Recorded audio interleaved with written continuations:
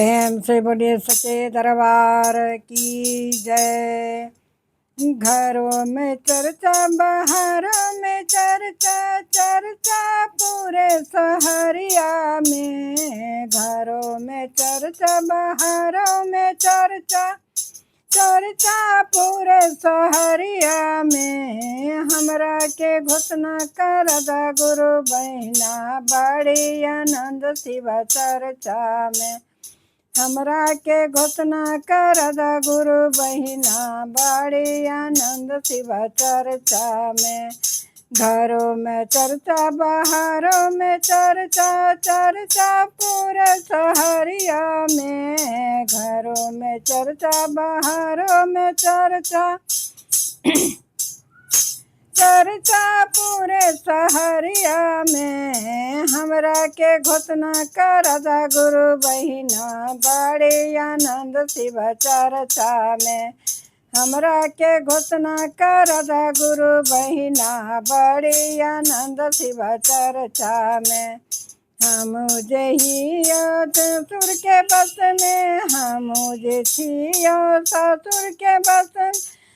कैसे के जया शिव चर्चा में, हम जे छियो ससुर के बस में। कैसे के जया शिव चर्चा में, ससुर के घोषणा करदा गुरु बहिना, बड़ी आनंद शिव चर्चा में।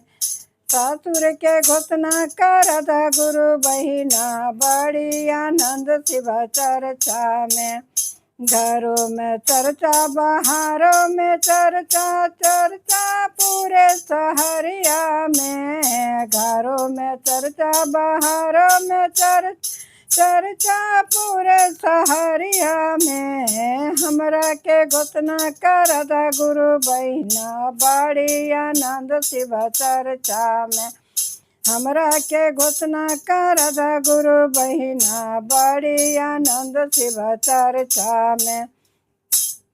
हम जहियो पति के बस में, हम जहियो पति के बस में। हम जे छियो पति के बस, कैसे के जयो शिव चर्चा में।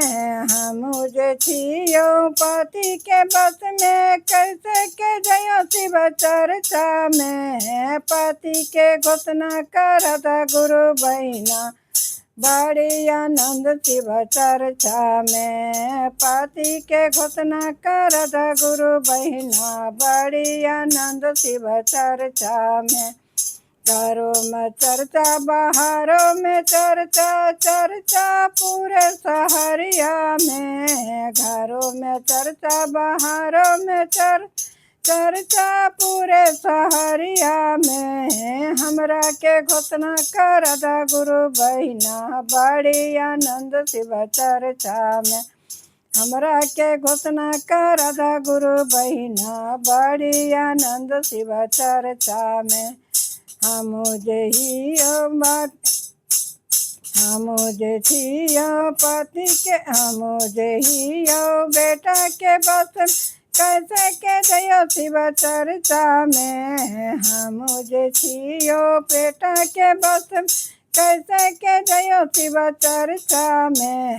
बेटा का घोषणा करदा गुरु बहिना, बड़ी आनंद शिव चर्चा में। पति के बेटा के घोषणा करदा गुरु बहिना, बड़ी आनंद शिव चर्चा में। घरों में चर्चा, बाहरों में चर्चा, चर्चा पूरे सहरिया में। घरों में चर्चा, बाहरों में चर्चा पूरे सहरिया में। हमरा के घोषणा करदा गुरु बहिना, बड़ी आनंद शिव चर्चा में। हमरा के घोषणा करदा गुरु बहिना, बड़ी आनंद शिव चर्चा में।